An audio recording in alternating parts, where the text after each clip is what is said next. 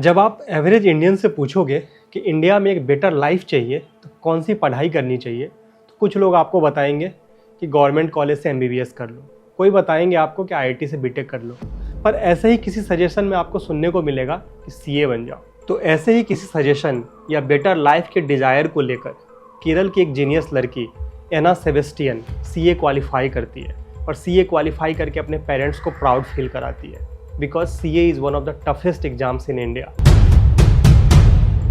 Exam qualify करने के बाद उसकी जॉब भी एक प्रेस्टिजियस कंपनी EY में लग जाती है, पर जॉब लोकेशन था पुणे और माँ बाप नहीं चाहते थे कि बेटी घर से बहुत दूर जाए। पर 26 साल की एना, उसके मन में बहुत सपने थे, बहुत कुछ करना चाहती थी वो लाइफ में, तो अपने पेरेंट्स को कन्विंस कर लेती है कि वो घर से दूर रह लेगी, खुद का ख्याल रख लेगी और पहुंच जाती है अपने नए जॉब लोकेशन पे। परिवार वाले परेशान थे कि न्यू जॉब, न्यू सिटी, पता नहीं कैसे एना हैंडल कर रही होगी। और इधर वो जॉब में इतनी ज़्यादा स्ट्रेस थी, इतना ज़्यादा वर्कलोड था उस पर कि वो डेडलाइन पूरा करते करते महज 26 साल की उम्र में हार्ट अटैक से इस दुनिया को छोड़ के चली गई। Something that we have been tracking very closely over here as far as the 26-year-old Anna Sebastian Perial's death is concerned. A 26-year-old chartered accountant Anna Sebastian Perial's death has sparked a debate around mental health and wellness and high-stress workplaces. जब भी आप heart attack का नाम सुनते होगे तो आपके brain में पहला थॉट आता होगा ये तो ओल्ड एज लोगों के साथ होता है, पर एना की एज महज 26 साल थी। उनके माँ बाप के अकॉर्डिंग उस पर वर्कलोड इतना ज़्यादा था कि वर्कलोड के स्ट्रेस के कारण उसका हार्ट अटैक से निधन हो गया। अब आपका काउंटर आर्ग्यूमेंट हो सकता है कि यार हर जॉब में स्ट्रेस है, सबको जॉब करने में डिफ़िकल्टी फील होती है, तो एना कैसे डिफरेंट है? हो सकता है कि 26 साल की थी, वो इतना ज़्यादा मैच्योर नहीं हो पाई होगी कि वो स्ट्रेस को हैंडल कर सके। वो डेडलाइन को मीट करने के लिए जो भी एंग्जाइटी या जो भी वर्क प्रेशर होता है वो हैंडल नहीं कर पाई होगी, क्योंकि उसकी उम्र ही कितनी थी, 26 साल ही तो थी। चलो मैं एक बार को आपका आर्ग्यूमेंट सुन लेता हूँ, मैं मान भी लेता हूँ कि आप एक जगह सही हो सकते हो। तो ठीक है, यदि आप ये मानते हो कि एज के साथ मैच्योरिटी या एज के साथ वर्क स्ट्रेस झेलना आता है इंसान को, तो अब मैं दूसरी कहानी सुनाता हूँ आपको। अब मैं आपको 26 साल से 16 साल ज़्यादा मैच्योर यानी कि 42 ईयर्स के तरुण सक्सेना, जो बजाज फाइनेंस में एरिया मैनेजर थे, उनकी कहानी सुनाता हूँ। उन्होंने अपने सुसाइड नोट में लिखा है कि वर्क स्ट्रेस और टॉक्सिक माहौल के कारण ऐसी हालत थी कि 45 दिन से वो ढंग से सो नहीं पा रहे थे। अपने सीनियर्स के द्वारा मेंटल टॉर्चर के कारण उन्होंने सुसाइड कर लिया और पीछे छोड़ गए अपनी वाइफ और 2 छोटे छोटे बच्चे।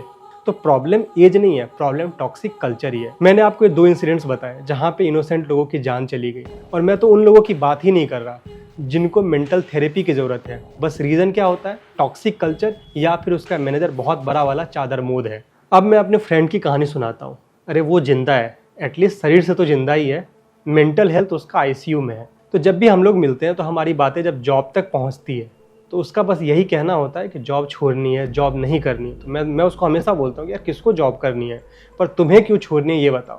तो रीज़न बस सिंपल वही होता है कि उसका चादर मोद मैनेजर और टॉक्सिक एनवायरनमेंट।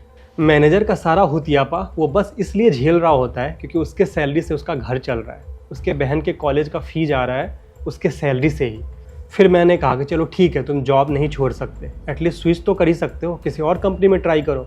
तो उसने मुझे बहुत सही बात बताया कि जॉब स्विच करना या अरेंज मैरिज ऑलमोस्ट सेम ही है भाई। ये हिट एंड ट्रायल मेथड पे ही, आपको कभी पता नहीं चलेगा कि होने वाली आपकी वाइफ या आने वाला मैनेजर कैसा होगा, क्योंकि जब भी नए जॉब में जाओ तो लगता है लाला लैंड में जा रहे हैं, और पता चला मैनेजर यदि गलत निकल गया तो हम लोग पहुंच जाते हैं एलिस इन वंडरलैंड। अभी कुछ दिन पहले एक रिपोर्ट आया था, ग्लोबल वर्क प्लेस रिपोर्ट। इस रिपोर्ट के अकॉर्डिंग 45% जनता अपने वर्क प्लेस पे जाना नहीं चाहती है क्योंकि इन्वायरमेंट काफ़ी टॉक्सिक है। और एक दूसरी वर्क प्लेस रिपोर्ट के अकॉर्डिंग 86% जनता कॉर्पोरेट जॉब में या तो स्ट्रगल कर रही है या तो सफ़र कर रही है।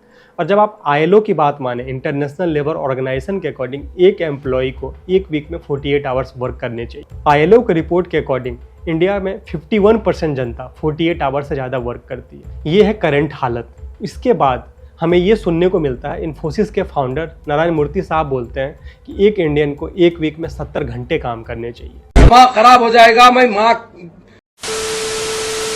इसके बाद हम आते हैं ओला के CEO भाविश अग्रवाल साहब पे। उनका भी एक वीडियो काफ़ी वायरल हो रहा है जहाँ पे ये बोल रहे हैं कि सैटरडे और संडे की जो छुट्टियां मिलती है कॉर्पोरेट एम्प्लॉय को, ये वेस्टर्न कॉन्सेप्ट है, ये इंडिया कॉन्सेप्ट नहीं है। तो इसीलिए हम जो ये वेस्टर्न कॉन्सेप्ट उठा के यहाँ पे छुट्टी दे रहे हैं, ये सही नहीं है। I work 20 hours a day, 7 days a week. Wow. So 140 hours. You're Sudha Murthy's dream यार. अब मुझे पता लगा कि हम लोग बस बिजनेस आइडिया वेस्टर्न से कॉपी कर सकते हैं, छुट्टी लेने का कॉन्सेप्ट नहीं करना चाहिए। आपको ऐसा लगता होगा कि वर्क प्लेस की टॉक्सिसिटी वर्क प्लेस पे ही रह जाती है, पर सबसे ज़्यादा इम्पैक्ट जहाँ पे आता है, जिनकी कोई बात नहीं करता, वो है आपके रिलेशनशिप या आपकी शादी पे। तो यदि आपके घर का कोई यदि जॉब पे जाता हो और अजीब सा बिहेव कर रहा हो, तो एक बार लड़ने की जगह एक बार पूछ के देखना कि वर्क प्लेस पे सब कुछ सही है क्या।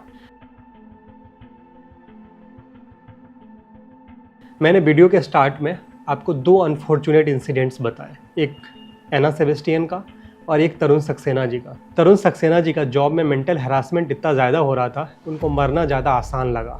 और मैंने आपको जिस जीनियस एना, जो सीए एना की स्टोरी सुनाई, आपको पता है, आपको उसके फ्यूनरल में उसके कंपनी से कोई नहीं आया। वहाँ पे एक जॉब वैकेंसी आई होगी और उस जॉब वैकेंसी के लिए जब भी पोस्ट आएगा तो बहुत सारे बेरोजगारों की लाइन लगेगी बस उस जॉब के लिए। कंपनी को एक नया रिप्लेसमेंट मिल जाएगा और एना की याद बस उसके परिवार वालों को आएगी। कुछ दिनों के बाद लोग ये इंसिडेंट भूल जाएंगे और वापस से एना की याद तब आएगी जब ऐसा ही कोई अनफॉर्चुनेट इंसिडेंट वापस से होगा। जब भी कभी ऐसा अनफॉर्चुनेट इंसिडेंट होता है तो सोशल मीडिया पे काफ़ी हो हल्ला मचता है, यह टॉपिक काफ़ी ट्रेंड भी करता है, बहुत सारे लोग वीडियोज़ भी बनाते हैं, ये सब बातें, आउटरीच, ये सब चलता ही रहता है। फिर नई कंट्रोवर्सी निकल के आ जाती है, फिर सारा गुस्सा, सारा एंगर उस तरफ चैनलाइज हो जाता है। अब आप बोलोगे, अरे यार तुम तो बस प्रॉब्लम गिनाए जा रहे हो, सॉल्यूशन क्या है इसका? तो शॉर्ट आंसर ये है कि कभी नहीं आएंगे अच्छे दिन।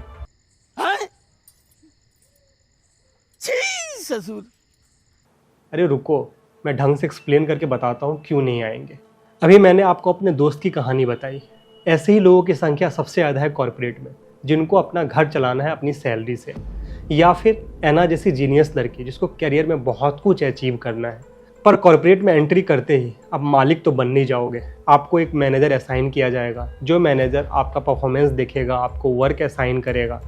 और जैसा मैंने आपको पहले बताया कि किसी महान आदमी ने कहा है कि अच्छा मैनेजर और अच्छी बीवी बस किस्मत वालों को मिलता है। तो मेरे दोस्त या मेरे दोस्त के जैसे जो आम कॉर्पोरेट जनता है, वो अपने मैनेजर के सारे होतियापे बस इसलिए झेलता है क्योंकि उसकी सैलरी से उसका घर चलता है, उसकी सैलरी से उसके घर वालों को खुशी मिलती है। इस खुशी के लिए वो अपनी खुशी को मारकर मैनेजर के सारे होतियापे को झेलता है और यह साइकिल चलता रहता है।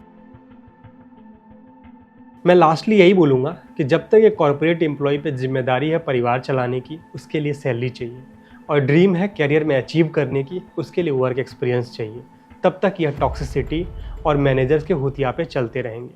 और इस विशियस साइकिल में इनोसेंट तरुण सक्सेना और जीनियस सीए एना की तरह साइलेंट डेथ होती रहेंगी। और जिन जॉब ने ऐसे लोगों की जान ली है, उस जॉब को पाने के लिए अगले दिन आपको बहुत सारे लोग लाइन में खड़े हुए मिलेंगे, और जो लाइन में खड़े हुए बेरोजगार लोग हैं, उनके लिए यह सेम जॉब एक ड्रीम जॉब है।